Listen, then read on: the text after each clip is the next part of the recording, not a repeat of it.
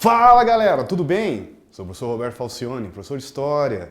Em nome da editora Sai Digital, sejam todos bem-vindos a mais uma aula de História. Vamos fechar uma duplinha. Vamos trabalharmos hoje conteúdo sobre a União Ibérica, iniciando inclusive todo o contexto inicial, a queda da família monárquica portuguesa com Dom Sebastião. Vamos pegar o movimento sebastianista e na próxima dupla a gente fecha junto com os efeitos da União Ibérica quando se uniram. E esse conceito de unir é muito cuidado e nós vamos inclusive tentar desconstruir essa imagem de união, apesar da palavra União Ibérica, que na verdade nós tivemos foi um domínio da coroa espanhola dentro do reino português, começando com Filipe II, com o rei espanhol.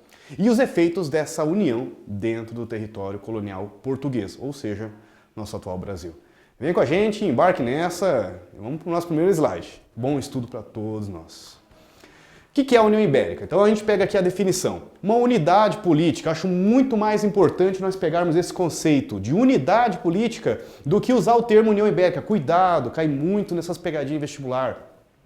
A União Ibérica foi a união das duas coroas. Não, não teve união das duas coroas. Teve, na verdade, foi a coroa espanhola ou a coroa portuguesa deixando de existir e a espanhola coordenando, administrando, né, ou fazendo uma espécie de uma anexação, né, uma administração espanhola em Portugal. Então, o conceito histórico mais correto para nós seria a ideia de união, unidade, não união, unidade política, que rege a Península Ibérica, Portugal e Espanha, de 1580 a 1640. Ah, mas foi só 60 anos. Ih, mas o impacto no Brasil. Resultado da união dinástica entre as duas monarquias. Cuidado com esse conceito de união, por isso que nós estamos aqui discutindo, mas os livros trabalham muito com essa ideia. De Portugal e da Espanha após a Guerra da Sucessão Portuguesa. Essa Guerra da Sucessão que nós vamos trabalhar hoje com a famosa história da Guerra da Batalha de Alcácer-Quibir e o nosso amigo aqui, o tal o jovem rei Dom Sebastião, que acabou falecendo nessa batalha.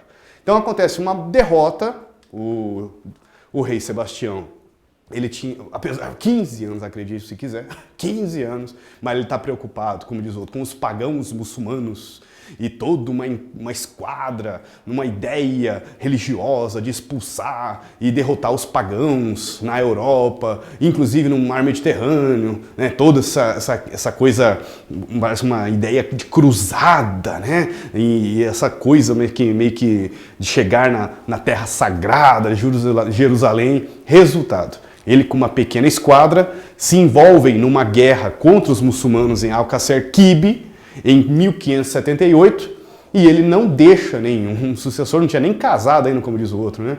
E com 15 anos, o Dom Sebastião acabou falecendo nessa batalha. O corpo dele nunca foi encontrado, e isso criou, vocês vão ver em outras aulas, eu vou novamente falar sobre a história desse rei Dom Sebastião, por não terem encontrado o corpo dele, por ele ter acabado morrendo numa batalha contra os pagãos, acabou criando toda uma mística, por ele ter morrido virgem, como diz o outro, aos 15 anos, criou todo, aí misturou tudo. Santidade, virgindade, morrendo pelos pagãos em nome de Deus, em nome da cristandade, em nome da Igreja Católica. Ah, meus amigos, ele virou uma espécie de um santo e surgiu no planeta, inclusive no Brasil, movimentos chamados movimentos sebastianistas, que, ao meu ver, os livros de histórias deveriam inclusive ter trabalhado um pouquinho mais com esse conceito.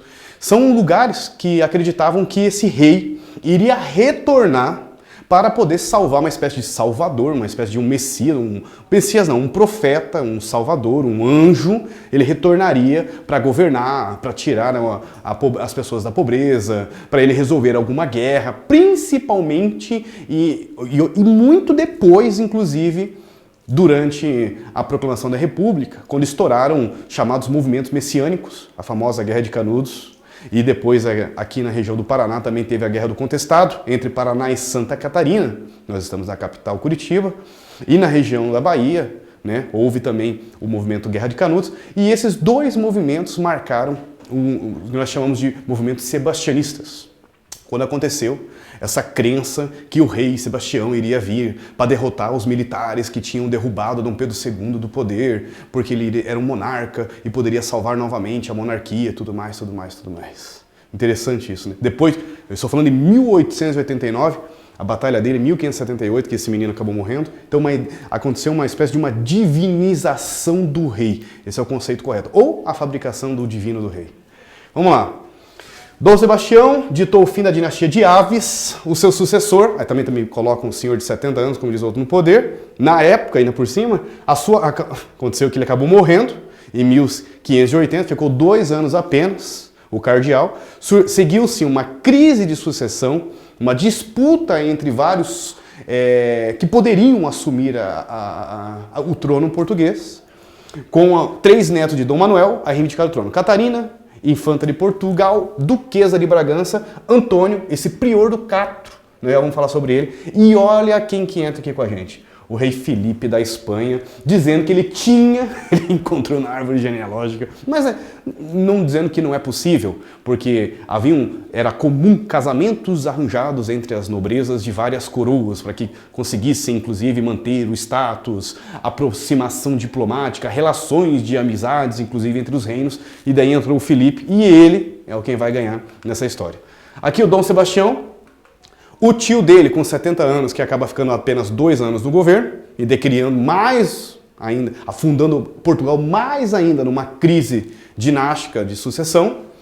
Aí tá aí. A morte do jovem rei de Portugal, Dom Sebastião, na Batalha de Alcacerquibe, levou a uma crise de sucessão, já que Dom Sebastião não tinha deixado descendência pela sua tenra idade, 15 aninhos, né? Putz, podia estar, como eles falam, brincando de videogame, podia estar fazendo um monte de coisa. Não, ele vai inventar de enfrentar pagãos na região do Oriente Médio. Atendendo à proximidade de parentesco, coube a governação ao cardeal, aos 70 anos de idade, Dom Henrique, aclamado rei de Portugal, e ele fica apenas 2 anos no poder. O sebastianismo, o que o professor Roberto acabou de explicar para vocês, essa crença, um movimento profético, que ele poderia, esse jovem rei, anjo, né, santo, poderia vir dos céus, porque ele acabou morrendo virgem, jovem, um anjo. Tinha essa coisa divina, né? Divinizaram o cara. E acreditavam que ele poderia retornar a qualquer momento. Em vários lugares do planeta tem esse movimento sebastianista. E no Brasil, o professor Roberto comentou com vocês aqui que teve na Guerra do Contestado, na região entre Santa Catarina e Paraná, e também na Bahia, na famosa Guerra de Canudos, no início do período republicano da espada. Aqui aconteceu, é que nunca encontraram o corpo dele depois da morte e ficou essa coisa de desaparecimento, que faz parte do mito da construção do herói. As primeiras pretensões reais do regresso de Dom Sebastião deram-se no arquipélago de Açores, então ele teve umas revelações, pessoas que começaram a acreditar que ele iria retornar, né? Lá havia de fato uma espera, chegaram a criar um movimento desse sebastianismo, esperando o rei, jovem rei, anjo rei Sebastião voltar. Disputa pelo poder ficou entre Filipe II e Antônio de Priotti.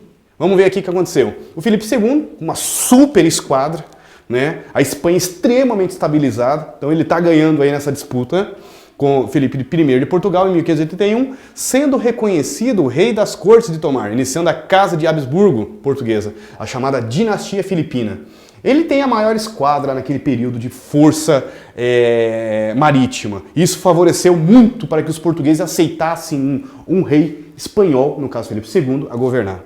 A resistência liderada por Dom Antônio de Priotti recuou para os Açores, onde até 1583 este foi reconhecido como rei e chegou a cunhar até uma moeda. Houve uma resistência, então, portuguesa com o Priotti, Antônio de Priotti, mas não conseguiram segurar a força e o interesse de próprio Portugal, muitos portugueses, principalmente a coroa, os nobres portugueses que queriam se aproximar do Filipe II, principalmente pela Espanha estar estabilizada, ter uma das melhores esquadras e poderia fazer uma política mais estável em Portugal.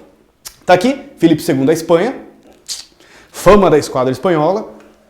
Juramento de Tomar, 1581. Por meio desse documento, Felipe II assumiu uma série de compromissos, né? Que ele ia dar uma espécie, então, de liberdade administrativa. Então, assim, olha, eu vou virar o rei de Portugal, nós vamos fazer essa União Ibérica, vamos criar, então, essa aproximação, essa unidade política, mas vocês terão características, aproximação com uma autonomia administrativa, poderão inclusive continuar com seus costumes, podem tranquilamente continuar com as suas leis, com as suas regras. No entanto, alguma coisa mudou aqui que eu vou mostrar para vocês. Português do comércio colonial, a permanência de funcionários portugueses no plano administrativo, então ele foi um cara de negociar a parte da política portuguesa, o respeito às leis, que o professor Roberto está explicando, o respeito aos costumes, bem como o compromisso da preservação da língua portuguesa. Então ele manteve toda a preocupação, inclusive para manter uma estabilidade, para manter uma legitimidade de governo. Ele faz esse juramento, chamado de Tomar, 1581, dizendo que iria proteger as leis de Portugal, não iria interferir na língua portuguesa, não iria interferir nos costumes, principalmente nas leis de Portugal. Depois de Felipe II, né, eu acho que pelo juramento de Tomar, pelo jeito não foi tão respeitado pelos outros reis, porque houve algumas mudanças, inclusive nas leis, e que chegaram para nós aqui no Brasil. Os impactos para o Brasil que eu coloquei para vocês aqui, olha que bacana. A galera aqui do estúdio dando aquele foco para a gente. Houve um fim da divisão do Tratado de Tordesilhas, criação do Estado do Maranhão, principalmente para os chamados corsários. Quem lembra da aula passada? A ideia de corsário, a pirataria legal, ou seja, autorizada e inclusive incentivada por coroas portuguesas, por coroas europeias, não apenas portuguesas. Aí nós chamamos o termo corsário. Seria uma espécie de, olha, eu não sou Reles pirata, eu sou um corsário, é o rei quem está me mantendo, que me dá a esquadra, que me dá o apoio, e depois os roubos e as pilhagens dos sete mares, eu divido com as coroas, com a coroa que está me contratando. A Rainha Elizabeth, muito famosa, né, inclusive após toda a situação da criação da Igreja Anglicana, com seu pai, Henrique VIII, ela incentivava os corsários, a famosa Rainha, a Virgem, incentivava corsários piratas legais, né? Legais ao olhar da coroa inglesa, né? Para fazer esses roubos, e depois era uma espécie de uma atividade altamente lucrativa para a coroa inglesa. Professor, por que o fim da divisão do Tratado de Tordesilhas? Porque nós temos, em 1494, aquela divisão das colônias, das terras americanas, antes mesmo da frota de Cabral chegar em 1500, antes mesmo de Colombo chegar em 1498, já estão divididas as terras, inacreditavelmente.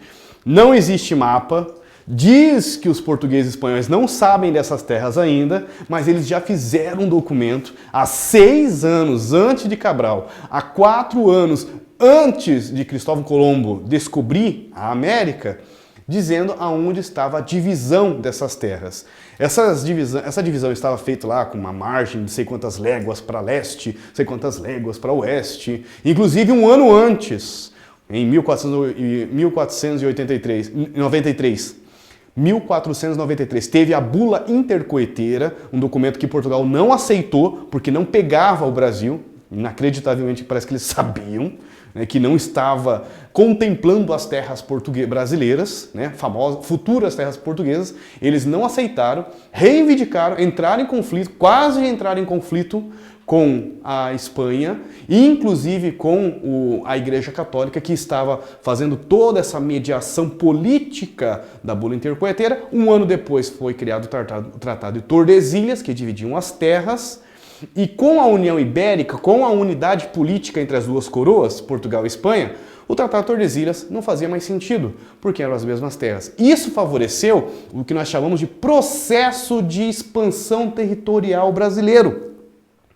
Porque, não tendo o Tratado de Tordesilhas, já era uma fronteira meio discutida e muito tênue, vamos dizer assim, e muito imaginária. Mas imagine então com uma única unidade política entre Portugal e Espanha, aí que nós temos bandeiras tentando apressar índios, né, escravizar ou buscar, inclusive, metais preciosos, e inclusive nós vamos então ter um aumento do território brasileiro. Fecho com vocês aqui, Ordenações Filipinas, uma nova legislação de 1601, que valeu no Brasil, inclusive, até 1917. Essas ordenações filipinas se deve, inclusive, a Filipe II, esse termo para ele, em homenagem a ele, nova legislação portuguesa criada também no Brasil. Vou fechar com vocês aí, meninos. Próxima aula a gente fecha a União Ibérica e vamos ver os impactos no Brasil. Espero que vocês tenham gostado dessa primeira aula nossa. Como sempre, a gente termina a aula, né? Muito foco, força, um pouquinho de fé não faz mal a ninguém, né? No coração. Até a próxima. Valeu, galera. Obrigado!